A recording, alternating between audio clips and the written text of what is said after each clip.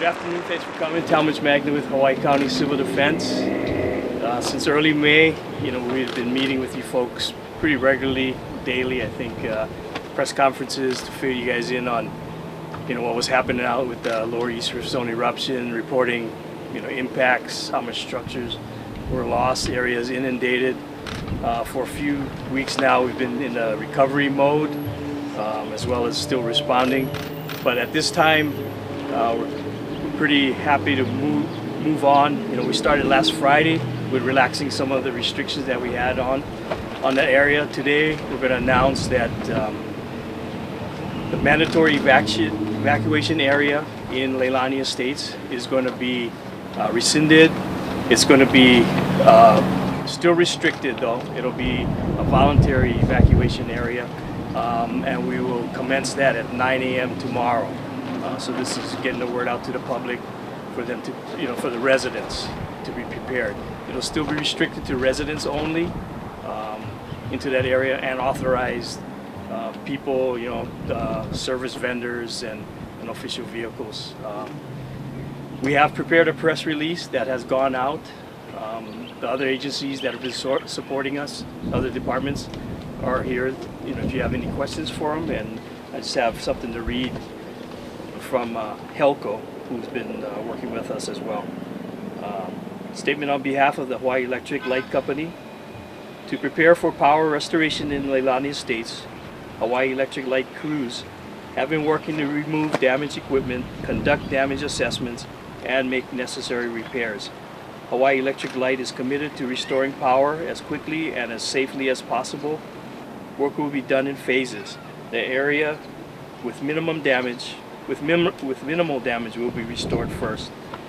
Depending on the extent of the damage, some homes could have power within days of returning home, while others will take longer.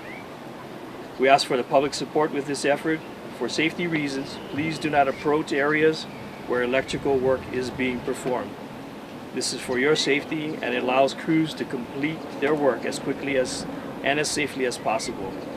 If you have questions about your electrical service or your account, please call Hawaii Electric Light Company's customer service line at 969-6999. Mahalo for your support. All through this period, since that mandatory evacuation area was set up back at the end of May, our support for that area, we've supported about 225 households that have gotten back into to do continuous maintenance of their house, or to continue their evacuation. To count, we've got about 250 addresses of still standing residents in that area, so we estimate those people will go in after some time. We thank the people for bearing with us during this really tough time. They need to understand that everything that we did was for their safety, and everything that we're doing now, we're trying to make sure that there is no conflict with any FEMA or federal compensation that may be available for them. And at this time, we'll take you guys' questions. Any idea on the number of homes that are completely isolated? Obviously, there's some that are still standing, but had fissures that erupted on both sides. Any idea on what those numbers would be like? No, but the numbers are up there. It includes not just Leilani, but the whole area. Lanipuna, Papaya Farms. There's 2 houses left down at Kapoho farm lots, and then you got that whole Malamaki area and Poiki. So that's the one number we haven't isolated yet. Will those people have access to those homes by foot, or is that a case-by-case situation for you? Right, good question. In addition to this opening, the recent updated proclamation signed by the mayor also includes that the new flow field, all the features on it, out to 50 yards, is restricted area. For the people that have isolated homes or property within there, we will authorize them to go in there. So they come to us, civil defense, and we'll authorize them to have access to their property. Will the role of the police and the National Guard be changing? I'll let them answer the question.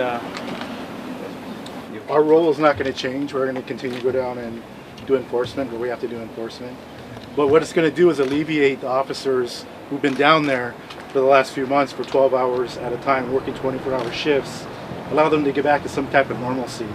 I've got to understand, and kudos to them for going down there and doing what they've been doing for such a long time, just to keep people safe. So that's our main objective, keep people safe, enforce the policies that the county has set up through civil defense. So our role won't change as far as the enforcement goes, but we're going to try to make sure that people remain safe in that area. Why don't you speak to, there's viral video floating around from the top of Fisher 8 and some areas that I'm assuming are still restricted areas, and how that's being addressed and what the status is on those cases? Right, so the area is still deemed hazard, and we have Dr. Jim Kawaikawa from Hawaiian Volcano Observatory to answer any of those questions that you guys might have about the eruption. But there is webcams that we have about that we'll be monitoring, as part of our monitoring of the volcano. We remind people that it is still hazardous. Part of allowing people back in there is that we do have our alert systems available. We're still working on some of the carriers to bolster their signal so we can get our alerts out there. But as I said earlier, the restriction as far as the new flow field, all the features, that is in place. So anybody that's on there is subject to citation or arrest. Have there been citations and arrests in the last week or two? I've heard, secondhand that DLNR had made some contacts down off the Four Corners area, but I'm not sure what the final outcome of those were. Yeah, Are there any kind of air quality monitoring devices in Leilani Estates? There are Department of Health SO2 monitors in that area, and that program is basically just like what we had previously. The fire department in that area, if we get spikes or reports, the fire department will be able to respond to take readings. Has there been any word about mail service for that area?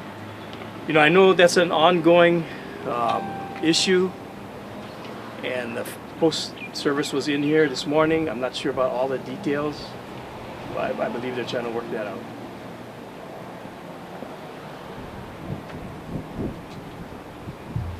Are you setting up a station to welcome residents back at the community center? Right, thanks for that question. At the community center, in Leilani Estates, we will have civil defense staff, as well as, I guess, some of the board of directors, and maybe some of the other agencies, to be in there to help people back in, answer any questions, and so forth. We'll try to support that as much as we can.